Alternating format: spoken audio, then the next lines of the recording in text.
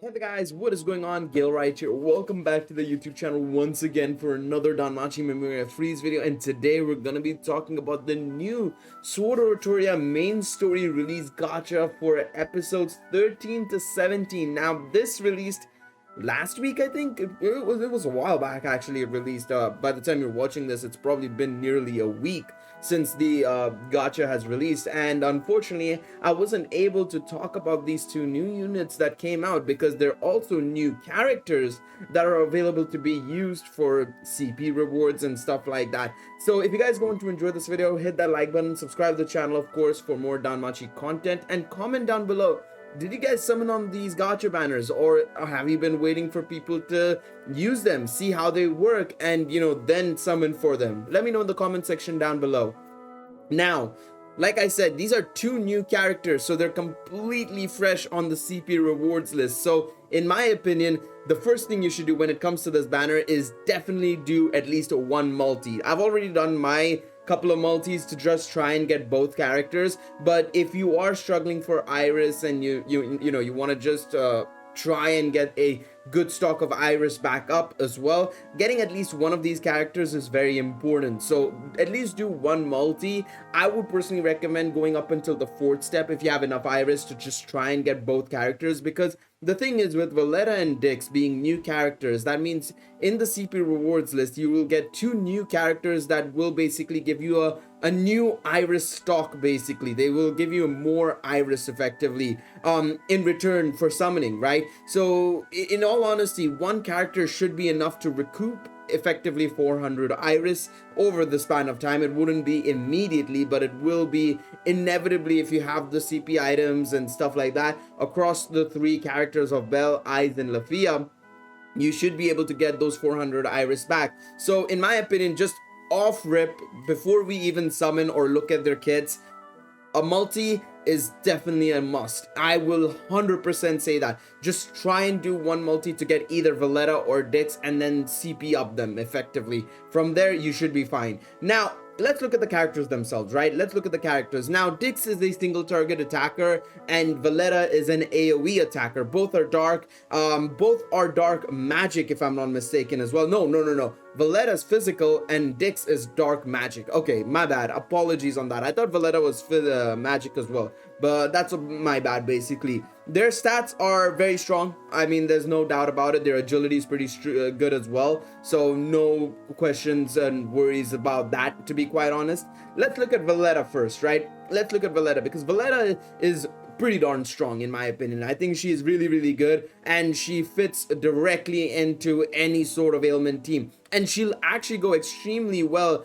with a unit like Epithemus from last year's anniversary, right? I think it's gonna be a really good set of units that you can go in with, because they're gonna work together really well, especially in terms of ailments, right? Because what Valletta does is a lot of ailments, right? So if you look at her special arts, Shaldo, it's an ultra dark physical attack with temporary grade strength boost and ultra on guard rate, and she heals 25% of the damage you deal, which is really good, and then 60% chance to seal and sleep. Again, really goes well with the whole ailment mechanic going on right now, with especially Mikoto coming out. Then you have older units that are still pretty darn good, like Gross, Epithemus, and stuff like that. So you're gonna be pretty well off using Valletta and putting her into that team. Then we have her combat skills, her skill 1, 2, and 3. Skill 1 is Pagida Arcanus.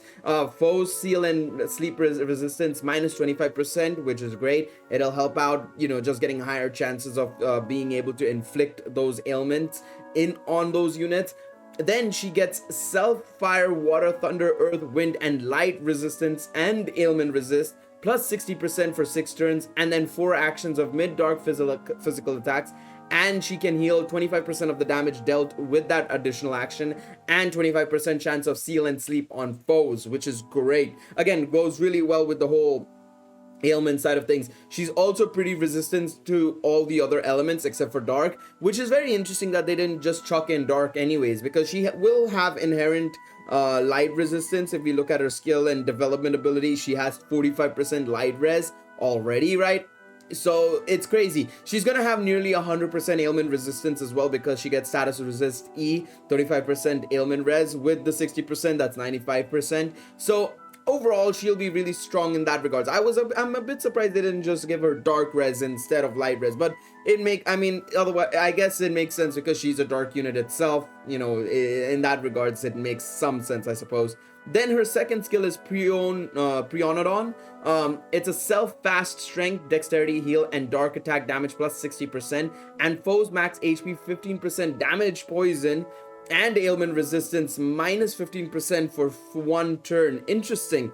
That's very, very interesting. Again, the fact that she's just effectively reducing the opponent's ailment resistances and stuff, it's going to help you out. Now it's going to be very interesting as to seeing how the war games mechanics work with her, because she's got 3 skills that are all AoE based. I'm curious to see what order it goes in. So does it apply Prionodorn first, then it goes into Pagida, then it goes into Cathedral? We'll come on to Cathedral in a second, skill 3. But it's going to be very interesting to see what's the war games mechanics with her. I'm very curious to see how people are utilizing her. Let me know if you have used her or you've seen people use it. Let me know what is the best way to go about with Valletta in terms of setting her up. Do you want to go attack all, buff, ailment, stuff like that? Curious to see what people are running on her.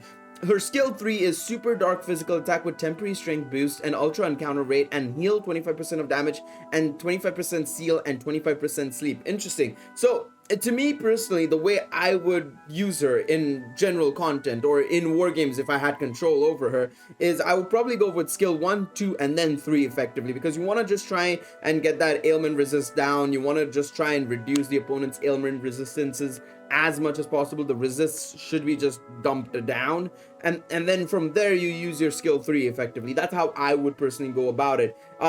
I think she's going to be a really strong unit nonetheless. I think, especially like I said, as long as you put her into any sort of like ailment team, I think she will be fantastic, and especially because you've got a good set of units alongside her that work extremely well. Epithemus, Gross, you name it. There are just so many of these units now. So I think that she's going to be extremely good. And I've heard a couple of things also just generally, like people are saying she's really, really strong. So very impressive, very, very, very impressive unit. I'm curious to see how much of a menace she actually is. I haven't seen her yet in my war games runs, as far as I could tell. I haven't seen her yet, but I think inevitably, I think I'm gonna probably start seeing her in King and Jester more so.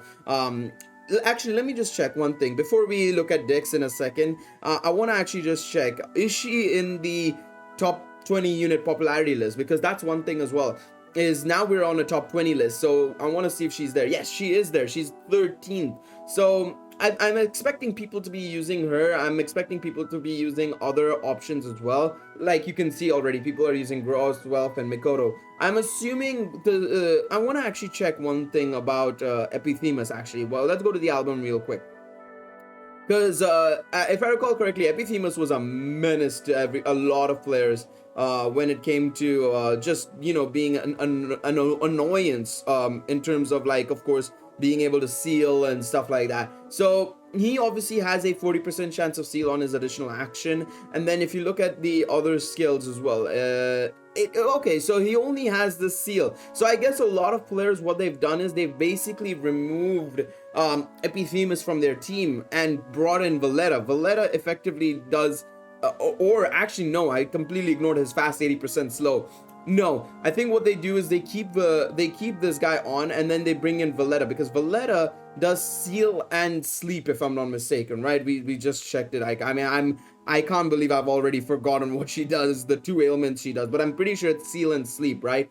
Both really strong abilities as well. And then with the ability to you know, reduce the seal resistance, it'll go extremely well hand in hand with Epithemus as well, because Epithemus can inflict seal as well. So overall, I think this unit is going to be extremely useful, and if you're going for a full ailment team, I think a lot of people will want to just start using her, and I think she'll deal a decent chunk of damage as well, especially once you boost her up with her second skill and all that jazz. So a very strong unit in Valletta. Let's have a look at Dix now. Now Dix is a dark magic single target attacker. Now this is a very interesting one, because if you look at the dark units in terms of single target options, we actually don't have that many, and it's going to be very interesting to see how well people use him in content like Record Buster. I think we'll find out more next week, right? Obviously right now the main position for him to be used is in the latest Familiar Rush, because the last stage of the Familiar Rush, the single target stage, right,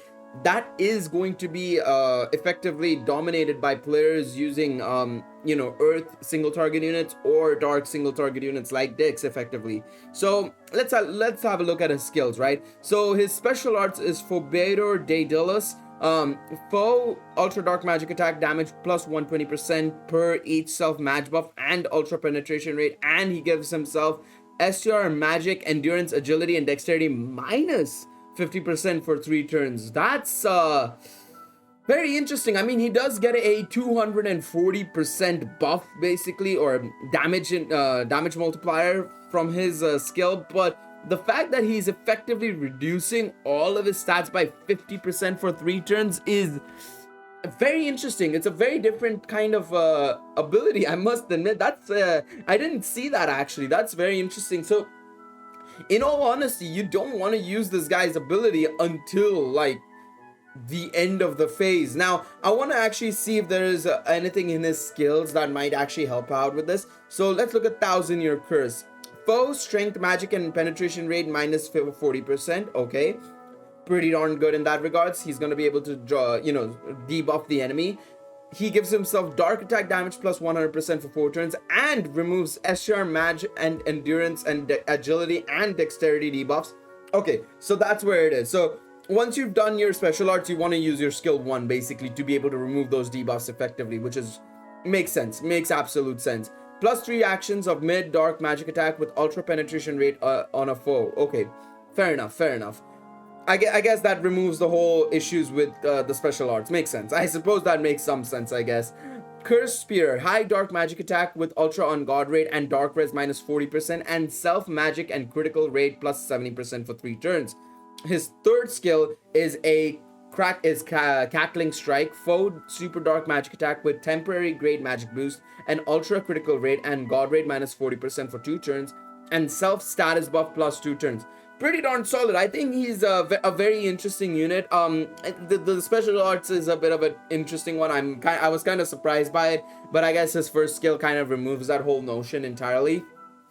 I think he's pretty solid. I think he is pretty solid. He's going to be really strong for a lot of content, and I think especially with the fact that he's got a 240% multiplier on his skill. I mean, if we look at other single target units, let's look at this Lafia, right? Let's look at the Lafia right here. The Lafia is if I'm not mistaken, she is she gets 120% attack damage boost for 2 turns. She doesn't have a multiplier on her on her special arts, right? She doesn't have a multiplier. Let's look at somebody else. Let's look at maybe, all right, let's see if there's any single target units right here. None. Okay, we'll have to look at the album. Let's look at Lazar. I want to check Lazar out. Maybe the Lazar, single target Lazar or the Finn, actually. They might be actually containing the multiplier we were looking. Let's look at Finn right here, right? So he gets 100% per self STR buff skill. So that's a 40% difference. It's a significant amount nonetheless. No matter what anybody says, that is a significant amount that's being missed out on Finn, right? Let's look at Lazar. Does Lazar have a multiplier? He also has a multiplier. He has 100%, which is only 200%. That's a 40% difference, because the thing is, you have to look at it from 2 perspectives. You've got the assist buff, and on top of that you have the buff or debuff that you apply. So effectively you're getting 200%, but in the case of Dix, you're getting 240%. You're getting a 40% damage boost there. I think that's really strong, right? That's very strong. Obviously the only difference is that Lazar will give himself an extra buff on top of that, 120% SCR buff. Finn, for example, will also give a debuff on the enemy in this situation through his additional actions, right? He gives the opponents minus 60% physical resistances. Along with that, you get a 66% SA gauge charge increase on allies for 2 turns. So there is a positive and negative to getting that extra boost there. The on hit will be insane for Dix, but the additional actions or the additional buff that, you know, Lazar gives, or any other character gives, like Lafia for example, she gives a 120% earth attack damage increase to herself, right? I think that's a very significant amount and a significant thing to keep track of when it comes to this sort of a unit. So to me, this Dix is a little bit iffy, in all honesty. I don't think he's going to be fantastic. He's not going to be the greatest unit. I think the main shining light of this banner is going to be the Valletta more so. And again, it depends on if you have the units to go alongside her. I think she'll still be good on her own. She's got a good enough kit to kind of deal the ailments on her own. But of course, because of all the nullification ailments, ailment assist that you have and stuff like that, you want to try and overload on ailments as much as possible so that you can get those off as soon as possible rather than waiting turn 2 or turn 3, right? So there you guys have it. There's the Valletta and Dix. I do think, like I said, I think the Dix is a little bit iffy, but the Valletta is pretty darn solid. On the other side, you want to just try and do one multi also for the CP reward, so keep that in mind. I would say for the most part, it is probably a skip for most players, in all honesty. Not to mention that these are not time limited units, so keep that in mind as well. But there you guys go. Thank you guys so much for watching this video. Once again, appreciate all of y'all for tuning in. I will see you guys next time for another Danmachi memory freeze video. Until then, take it easy, everybody. Bye bye.